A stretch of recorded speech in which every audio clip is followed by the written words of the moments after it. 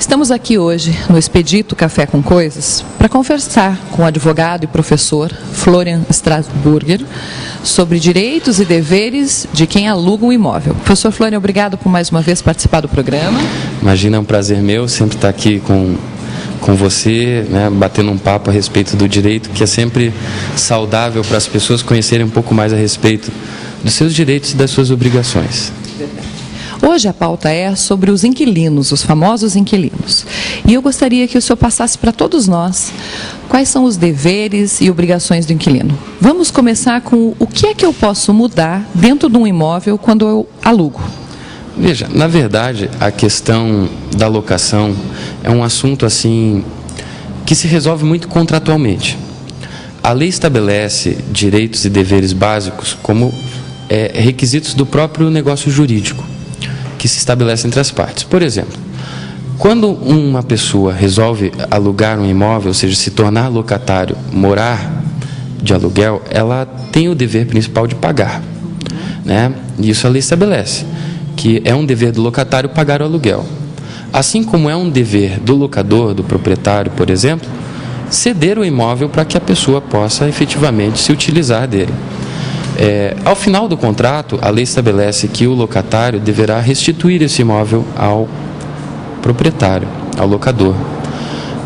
Só que a lei não estabelece necessariamente como esse imóvel deve ser devolvido. Então, algumas polêmicas giram em torno dessas modificações que podem ser feitas e em que sentido o locador pode cobrar determinadas reformas ou reparos do locatário. Então, não existe assim uma especificação na lei sobre de que forma isso pode ser cobrado, né? E existe, como forma de um pacto acessório, esses relatórios de vistoria, que tem sido muito questionado pelos tribunais, porque normalmente as pessoas assinam sem saber, sem fazer a conferência necessariamente, se aqueles itens que constam nesse relatório realmente estão, né, presentes no imóvel, se as paredes estão necessariamente no estado que está sendo descrito. Então, às vezes é um imóvel antigo que está com um piso com um certo desgaste natural, mas vem escrito no relatório que ele está perfeito. E, professor Florian, isso não poderia ser comprovado com fotos, por exemplo? Poderia, né? Só tendo sempre cuidado que a produção de provas é um assunto muito interessante no direito, porque as fotos digitais elas não são aceitas, por exemplo, pela possibilidade de modificação. Então você tem que fazer a foto analógica com revelação de filme, ter o cuidado de comprovar a data dessa foto, como por exemplo colocar um jornal do dia, né? Mas é claro que o direito se preocupa não só com aquilo que você assina, mas também com a realidade das situações. Então, o que a gente chama em direito de princípio da autonomia da vontade, ou do pacta sunt servanda, que significa você deve cumprir aquilo com que você se comprometeu, o que no nosso dia a dia a gente costuma conhecer como se você assinou, vai ter que cumprir. Isso tem sido relativizado porque as pessoas, primeiro, muitas vezes não têm noção das obrigações que estão assumindo. Segundo, que muitas vezes a realidade é muito diferente daquilo que você efetivamente assumiu ou quis assumir. Então, se um piso, vamos dizer, não está em perfeito estado e já não estava em perfeito estado, não vai ser um papel que vai te obrigar a pagar por isso. Basta que você procure os meios. É claro que você vai ter que se incomodar. Por isso a gente diz que a gente sempre tem que ter atitudes preventivas. Tentar evitar ao máximo assinar aquilo que a gente não tem certeza, assinar sem conhecer o conteúdo do que a gente está assinando. Mas ainda assim, caso venha a se comprometer, há meios jurídicos de tentar reparar, vamos dizer assim, esse erro, mas aí deve se buscar um advogado, se buscar, né? Um exemplo, outro dia eu estava lendo um julgado de um tribunal e o proprietário era um imóvel grande e o proprietário queria uma pintura nova. Só que foi conseguido, o locatário conseguiu comprovar que o que ocorreu no imóvel, na parede, foi desgaste natural. E as questões de desgaste natural não devem ser arcadas pelo locatário. É o proprietário que deve arcar, né? Então não é necessário que você entregue o imóvel novo, ou que você restitua o imóvel melhor do que você pegou. Entendi. Mesmo porque ele tem esse desgaste natural que você comentou. E teria se o proprietário estivesse lá também. por isso não é necessário que você faça todos agora, claro. Você vai furar a parede para colocar quadro, para colocar um espelho, né? E isso não estava antes no imóvel, então você tem que restituir, porque, na verdade, você deu causa a isso como um fator, talvez, do teu gosto pessoal ou de uma customização, uma modificação, né? Se você... E por isso que eu te digo que muita coisa contratualmente é resolvida, né? As partes podem convencionar no contrato que os reparos, ao final do contrato, serão feitos conforme se estabeleça um parâmetro mínimo de paredes brancas, o piso encerado. Então, isso é aceito normalmente pelos tribunais, sempre que se note que existe uma paridade, um equilíbrio contratual. O problema é quando fica oneroso demais para uma das partes. Tanto que existe um princípio, né, em direito chamado princípio da onerosidade excessiva, que, na verdade, desregula o contrato e gera obrigações em demasia para uma das partes e suaviza demais para uma outra, para outra, né? Então... Professor Flônia, e quanto às benfeitorias? Porque muito inquilino pega o imóvel e acaba deixando o imóvel muito melhor do que estava. Em que casos esse inquilino pode descontar esse benefício que fez do imóvel do seu aluguel? Veja, essa questão está regulada pela Lei 8.245 de 91. Eu até falo o número porque eu acho muito importante que as pessoas possam ler. E todos têm acesso. Porque se você digitar no próprio Google, Lei 8.240 de 91, vai aparecer a lei com as suas modificações todas e você tem acesso a ela e às vezes a gente tem mania de, né, não procurar a solução para os nossos próprios problemas, sendo que às vezes ela está bem à nossa vista. Então, essa lei, que é chamada de Lei de Locações, antes chamada de Lei do Inquilinato, mas hoje a gente prefere essa denominação, ela tem um capítulo específico que trata das benfeitorias, se não me engano, lá no artigo 37, e estabelece, em regra geral, que as benfeitorias necessárias e úteis, elas serão indenizáveis, ou seja, o locatário pode exigir que o locador restitua o valor que ele gastou com essas benfeitorias necessárias e as úteis, desde que autorizadas pelo proprietário. Primeiro ele tem que pedir autorização do proprietário. Só para as benfeitorias úteis. As necessárias, por exemplo, trocar um telhado. Por quê? Porque ele está em mau estado de conservação, ou as vigas do telhado molharam e vai precisar fazer, né, novamente. Então, isso é uma questão de necessidade, porque tem a ver com a conservação do imóvel. Então, essas não precisam de autorização. Sempre que ele fizer, elas são indenizáveis. O que se costuma fazer na prática? Uma compensação, como você falou. Descontar o valor do aluguel em relação a essas benfeitorias. Então, para isso, ele precisa guardar as notas fiscais, os recibos de pagamento que ele gastou, mão de obra, para que ele possa abater do valor do aluguel ou, se preferir, ao final do contrato, exigir a restituição desses valores. Eu ainda friso, Fabiana, que ele tem ainda mais um direito, que ele pode reter o imóvel. O locatário ele pode ficar no imóvel até ser ressarcido dessas benfeitorias. Entendi. Se o proprietário, por exemplo, não quer descontar dos aluguéis, ele pode ficar esse tempo? Sim, perfeitamente. Isso a gente chama de direito de retenção. Então, o locatário retém o imóvel até ser indenizado dos valores que ele despendeu para poder realizar essas benfeitorias necessárias, né? Então, às vezes a gente acha que estamos cometendo uma ilegalidade, mas não, né? Por mais que já tenha acabado o prazo contratual, você pode reter o imóvel, ficar no imóvel, porque isso é um direito que a lei estabelece em razão do dever que o proprietário tem, ou do locador, de ressarcir os gastos que você teve com essas benfeitorias necessárias, com aquela mesma lógica. Se é uma benfeitoria necessária, o proprietário também teria que fazer. Claro. Né? Então, a gente pensa que não é errado, eu vou sair do imóvel e depois eu discuto. Não, você tem o direito de ficar lá até que ele... Isso, exatamente. Falando em ficar lá, por exemplo, eu alugo um imóvel, já estou super acostumada com o imóvel, mas eu recebo uma cartinha do proprietário me avisando que ele vai vender esse imóvel. Qual a minha situação? Eu tenho que sair correndo procurar outro imóvel? Como é que fica? Não é assim. Primeiro de tudo, a gente tem que falar sobre essa cartinha que você recebe, que normalmente é uma notificação, ela te dá o direito de exercer a preferência sobre a aquisição desse imóvel. Então, você tem o direito de ser preferida né, na alienação desse imóvel, porque você já tem uma proximidade, você talvez tenha algum interesse, porque você já se utiliza desse imóvel. Tá? Então, isso que está lá no artigo 27 dessa mesma lei 8.245, que trata da preferência, até o artigo 34.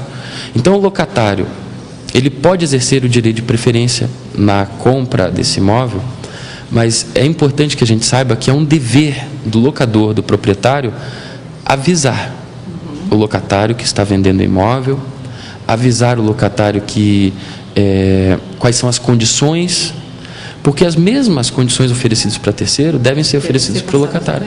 Isso, as mesmas vantagens. Então, ele não pode dizer assim, olha, eu estou vendendo por 105 mil o apartamento que você mora, né, mas para você é 150. Não. Né? Se ele também aceita um carro na troca, essa condição ele também vai ter que fazer para o locatário. Então, só que o locatário tem que tomar um cuidado. Ele tem que, com 30 dias antes de antecedência, 30 dias de antecedência em relação à venda desse imóvel, então ele já tem que ter tomado esse cuidado, e normalmente esse cuidado se toma já no início do contrato, ele tem que fazer o registro desse contrato na matrícula do imóvel. Com isso, ele consegue garantir não só o direito de ser indenizado, caso não seja dada preferência a ele, como também o direito de judicialmente depositar o valor e ficar com o imóvel. Ah, entendi. Mesmo que o proprietário não queira, a lei o assegura que ele tem a preferência. Exatamente, Fabiana. Então, são, na verdade, duas possibilidades que se abrem com a preferência. Uma delas é o direito de indenização do locatário chamado preterido. O locatário preterido, que é o contrário de preferido, é aquele que não teve seu direito de preferência respeitado. Ou ele não foi avisado, ou as condições para terceiros não foram as mesmas para ele. Então, ele já tem um direito a perdas e danos, a uma indenização, pelo fato de não ter esse direito de preferência respeitado. Se ele tiver registrado esse contrato de locação no cartório de imóveis, claro que gera um custo, mas às vezes esse custo é compensador. Então, se ele tiver registrado, ele pode depositar judicialmente esse valor, através da ação competente, e requerer o imóvel para si. Então, é um direito que garante a propriedade, para o locatário, caso ele assim entenda que deve exercer o seu direito de preferência. Só tem que tomar esses cuidados que a gente falou. Outra dúvida, professor Flônia, é que normalmente as imobiliárias solicitam um avalista. Isso é baseado em lei ou não? Veja, isso trata das garantias locatícias. Existem algumas modalidades de garantia que a lei coloca. Uma delas, que você chamou de avalista, a lei costuma chamar de fiador. Avalista é um termo que talvez a gente use mais para o direito comercial, e no direito civil, na locação, a gente usa mais o termo fiador. E a lei prevê, é uma das formas de garantia, só que é a mais polêmica delas. Porque o fiador, na verdade, é uma pessoa que simplesmente faz um favor para um amigo, mas está colocando em jogo o futuro da sua própria família, por assim dizer. Porque houve uma modificação recentemente nessa lei de locações, e agora essa modificação trouxe um artigo que é extremamente polêmico, que tem sido alvo de muita crítica e de muito debate. O fiador, ele deve se comprometer com a dívida do locatário através de um contrato de fiança. Esse contrato é realizado entre o proprietário do imóvel locador e entre o fiador. O fiador, ele vai garantir a dívida pelo prazo contratual que eles formularem a respeito da fiança. Então, pode ser, e a lei não proíbe, que o contrato de locação tenha duração de 3 anos, mas a fiança tem de 1 ano só. Tá? Às vezes, pior, o que ocorre? Muitas vezes o contrato de locação é por 1 ano e vai se renovando automaticamente, porque as partes silenciam a respeito e ele se renova. E vai se renovando por prazo indeterminado. E acreditam que a fiança também se renova. E não? Não. A fiança não se renova, porque em direito contratual tem um princípio específico que é da declaração de vontade. Se você não quer gerar uma obrigação para você, você não vai manifestar a tua vontade nesse sentido. Você só contrata se você quiser. No entanto, por mais que eu faça um contrato de fiança por 1 ano, essa alteração que houve na Lei 8.245, ela impõe ao fiador a obrigação de garantir a dívida do locatário até a entrega efetiva das chaves. Então, veja, isso gera, o que a gente tinha falado, uma onerosidade excessiva. É dizer, eu só quis manifestar, né, a possibilidade de eu garantir esse contrato por 1 ano, e não mais do que isso. Então, muitos entendem que isso fere aí o princípio constitucional, né, da dignidade humana, o princípio da declaração de vontade, porque você não pode se obrigar além daquilo que você manifestou. E nos termos apenas daquilo que você manifestou. Então, isso tem sido muito criticado. Alguns defendem dizendo que essa mesma lei possibilita, né, ao fiador desistir desse compromisso, desde que o faça com 30 dias de antecedência, ele ficará responsável ainda por um prazo. Então, que se ele pode desistir antes, ele também tem que se comprometer. Então, Mas, espera aí, professor, então ele pode desistir de ser fiador? Ele pode alegar algum motivo, né, que o faça desistir da fiança, sem problema nenhum, e o locatário vai ter a obrigação de apresentar uma outra garantia, um outro fiador, ou uma caução, ou alguma coisa assim. Então, é importante que se saiba que o fiador ele pode desistir, e mais do que isso, que ele tem que se responsabilizar para além do prazo que ele contratou, ou que ele quis garantir, é uma ilegalidade. A gente não vai poder chamar de ilegalidade porque está previsto em lei, né? Mas é uma legalidade questionável, por assim dizer, né? O que eu queria só complementar em relação ao assunto anterior, Fabiana, que você tinha me perguntado, né? Se eu receber uma cartinha, eu tenho que sair correndo. Além da preferência, a gente tem que também lembrar da possibilidade do locatário permanecer no imóvel até o fim do contrato. Isso também gera bastante dúvida e as pessoas procuram bastante a gente para tirar esse tipo de dúvida, né? Eu posso ficar até o fim do meu contrato ou eu não posso ficar até o fim se alguém diz que está vendendo o seu imóvel? Vendi o imóvel, e agora? Se eu vendo o imóvel, se o locador ou o proprietário vende o imóvel, o adquirente, aquele que está comprando o imóvel, tem uma hipótese que ele vai ter que respeitar que o locatário fique até o final do contrato. Ah, entendi. Ele compra o imóvel e ele permanece com o inquilino do antigo. Isso, permanece com o inquilino do antigo. Quando que isso acontece? Quando o contrato for registrado. Então, isso se chama em lei cláusula de vigência, tá? Isso aí está lá no artigo 8º da Lei 8.245, se não me falha a memória. E lá vem a previsão de que, se o imóvel for alienado, via de regra, o locador tem que dar 90 dias para desocupação. Agora, se tiver o registro desse contrato no cartório de imóveis, o locador não poderá exigir a desocupação, e muito menos o adquirente do imóvel, o comprador, também não vai poder exigir a imediata desocupação, e nem com 90 dias, ele vai ter que esperar o término do contrato. É uma garantia que o locatário tem, porque às vezes, Fabiana, as pessoas alugam imóveis não necessariamente com vistas apenas um requisito, uma condição. Elas alugam por vários fatores, às vezes pela localização, né? Às vezes é uma família que o marido e a mulher trabalham, então eles precisam que esteja perto da escola, que esteja perto de farmácia. E isso às vezes são pessoas que vieram de fora, isso às vezes é estratégico para a pessoa, né?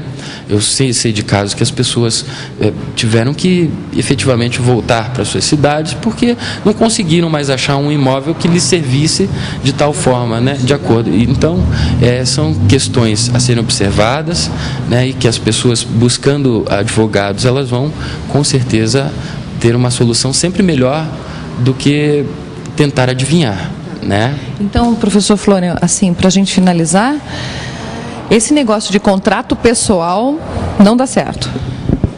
De contrato pessoal, veja, ele é válido.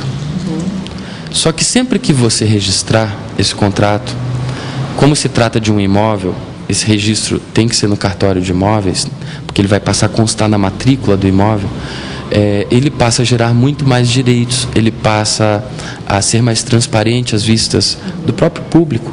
Porque, veja, qualquer um que for comprar o imóvel vai saber da situação de locação que existe lá. Porque a primeira coisa que a gente faz quando a gente quer comprar um imóvel é pegar a matrícula. Eu vou olhar para ver qual que é a situação desse imóvel. Você vai ver lá. Tem, né, uma locação em favor de fulano de tal que vai até data tal.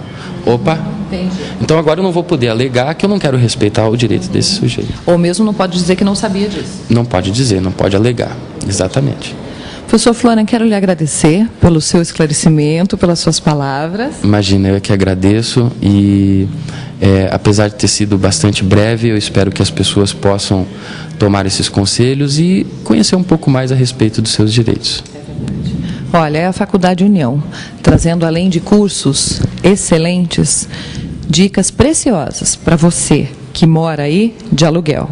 Então fica atento. A principal dica de hoje é registrar esse contrato de aluguel, para que você garanta os seus direitos e os seus deveres.